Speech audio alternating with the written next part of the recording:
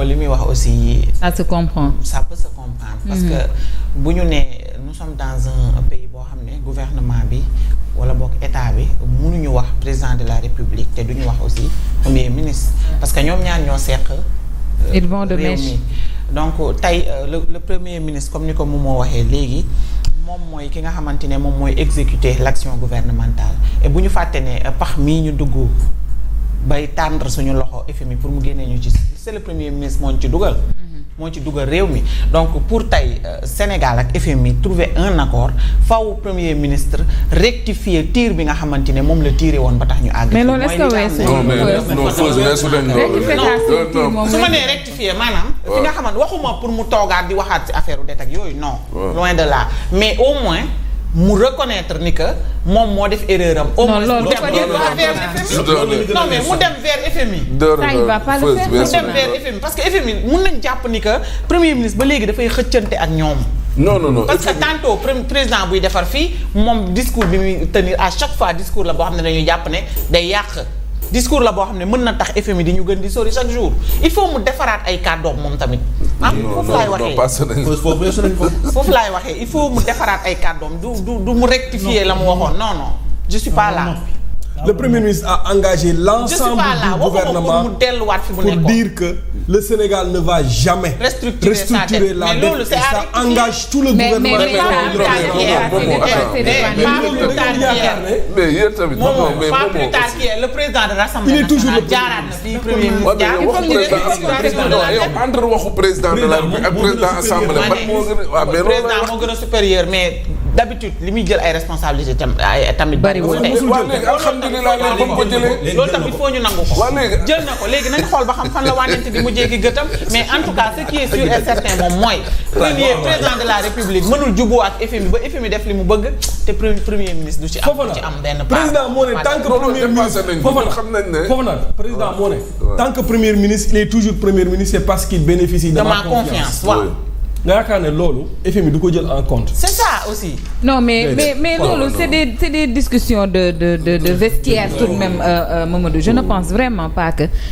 FMI tienne compte de ça tout en sachant que ñu ngi waxtaan ak président peut-être c'est pour d'autres alternatives mais pas pour un passé sombre boo xamante ni Ousmane da cee wax ay waxam rek ba pare quand tu dis que Ousmane dafa jël responsabilité gouvernement bi yëpp bul fàtte ne ba mu waxee lundi mardi mercredi Cheikh Diba dafa dédouané keneen ak keneen dédouané effectivement kon boppam la doon waxal ça aussi il faut qu'on le dise en tout cas li ci FMI ak Sénégal moo tax en tout cas lu ci mënti am daal président de la République gannaaw ba jël na affaire yi en main. waaw nañ ko ñaanal yàlla. voilà attendons de voir ce qui va se passer. Ahmed moom il faut être positif. kii jëlul dara en main. kii par jour la def pour protéger une personne et cette personne est toujours premier ministre. soyons positifs rek yàlla baax. par jour la def par jour xam nga par jour. le président de la république li gën a sacré ci moom mooy bindam dafa jël décret bind ne assemblée nationale def leen DPG jour temps assemblée nationale jàpp DPG mu tas assemblée bi par jour la def juste pour protéger une personne barki Dembo Ndiaye mu toog ne cette personne là ba nga xamante ne dama ko doon protéger barki démb ak démb ba tax ma désacraliser sama signature kooku il bénéficie toujours de ma confiance kooku moo taxaw devant le monde entier mu ne l'administration sénégalaise est faussaire nit ñëpp toog di ko xool ñuy dégrader suñuy note ba mënatuñoo am financement fenn ba ñu am blocage kooku taxaw engagé tout le gouvernement y compris le président de la République mu ne du restructuration du fi am activer ces 130 députés ñu ne dañuy def résolution pour que le gouvernement bañ a restructurer la dette kooku ne li ma wax ni ñëpp la engagé y compris le gouvernement le président ba tey ne kooku il bénéficie de ma confiance. ngeen yaakaar ne FMI dina hasardé wu. ci ay discussion la ñuy yem. Momo xam nga ñun tamit dañuy analyser te actualité aussi day évoluer. c'est vrai mais ce que tu veux faire c'est comme si yow tu veux revenir toujours en arrière. ñun weesu nañ loolu nous tous on a constaté que Ousmane ba mu waxee ba léegi. te dañ nekk ci guute romb nañ ci léegi fu mu nekk nii ñun perspective yu ñu nekk yi ñuy analyser mooy ces rencontres lan la mën a jur lan la ñu mën a indil et lan la mën a yokk ci relation diggante Sénégal ak yooyu est-ce qu'il faut continuer à tirer sur une ambulance wala. très cher loo ci.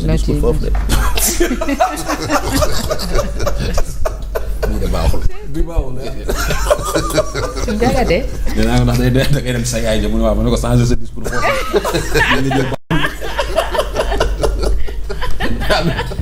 bi mu jël tey baax la de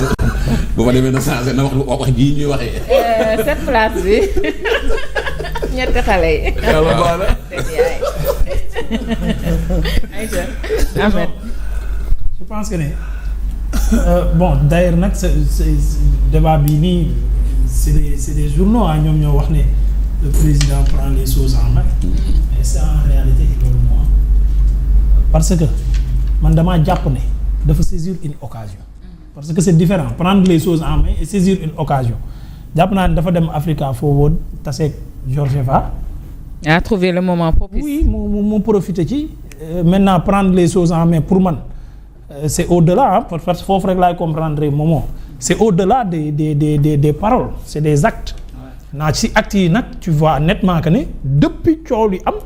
le président n'a jamais pris position n'a jamais pris ses responsabilités pour dédouaner son gouvernement parce que yàgg naa ko wax man li ñoom foofu wax nag ak Fall Ndiaga man foofu laa mës a taxawee dama mës a wax ne dette cachée Ousmane Sonko moo ko wax kenn mësul dégg benn membre du gouvernement mu wax ko moom kese moo ko mës a waxi bor bi tamit dinañ ci def nii ak dinañ ci def naa dinañ ci def nële boo seetloo ministre yi mu ñeel yépp dañ doon wax ne c'est faisable c'est gérable c'est soutenable moom rek moo doon jénn di ci wax yeneen i wax yoo xamante ni dalalul xelu investisseur dalalul xelu partenaire donc moo tax parfois dama doon wax ndax ñun baadu dañoo am ñaari gouvernement parce que souvent moom li muy wax ak ministre yi mu concerné ba ci yeneen secteurs yi li ñuy wax ak le président bu jénnee li muy wax c'est opposé chaque jour day opposé wu donc nag loolu nag c'est au président de mettre fin à cela maintenant su fekkee ne dafa teg benn pas fële ca Nairobi mais fa lillahi alhamdu parce que on en a besoin li ma tàmm di wax FMI avant yow la fi ne te boobu ba léegi mu ngi dund te yow ci pays yi gën a ndóol ci àdduna ci nga bokk kon du yow yaa koy dundal tàqalikook moom wàññiwu ko dara te tàqalikook moom yow mën na laa yàqal lu bari kon ànd bi yaa ci am intérêt du FMI maintenant nag am ci mbir intérêt di ngandlu di populiste di jaay man nii laa toll faalewu ma FMI nangam ak nangam lor sa bopp loraale ñu bëriwul njariñ it donc il faut que à un moment donné ñu delloo si waat suñu xel xam ne état intérim rek la war a xool am na wax yoo xam ne boo ko waxee donte dafay dëgg la mais li muy yàq dafa bari noppi ko moo gën parce que yàqal bi mu ñuy yàqal amul benn njariñ waxatuma laaj na bu dul sax dëgg nag bu doonoon dëgg sax noppi ko da ca war ndax suñu intérêt chaque fois damay wax ne man benn raison rek moo tax j'adore la France mooy que les gouvernants français amuñu benn ressource waaye fexe nañ ba fu ressource am ñu dem jëli ko dañuy rey waa dëkk ba dañ leen di jaxaseeg seen nawle dañ leen di jaxase seen biir ñu xuloo ba ñoom ñu jël yóbbul seen dëkk ñoom dinañ ko def dañ leen di nax dañ leen di tiriyaande dinañ ko def yóbbul ko seen dëkk fexe ba seen dëkk ak zéro ressource bokk ci parmi les pays les plus développés bokk G8 bokk ci ñuy décider ci àdduna bi waaw loolu ku bëggul dirigeant bu ni mel donc il faut que suñu dirigeant yi ñu dem nag ci mentalité boobu seen yoon ci détails yi nekk à côté l'intérêt de la nation moo war a primer FMI baax naag bon naag Georgieva kanam gi dafa ñaaw ak greffage bi jubul ak bopp bi dañ koo tent suñu yoon bu mu si ne Georgieva nan nañ mën a def ba naxanteeg moom la mu yor te muy njariñ ñu indi ko fii te bàyyi populisme bi après nag li ci des yëpp nag après c'est gérable mais boo bëggee yore réew doo xool intérêt réew mi fu ñu la fekk yaa ngi xuloo yaa ngi dàgg sante ku ne nga bëgg a xuloo ak moom boo xuloo ak ma sàmba ba lijjanti xuloo boobu nga jël ma demba boo jëlee ma demba ba pare nga jël ma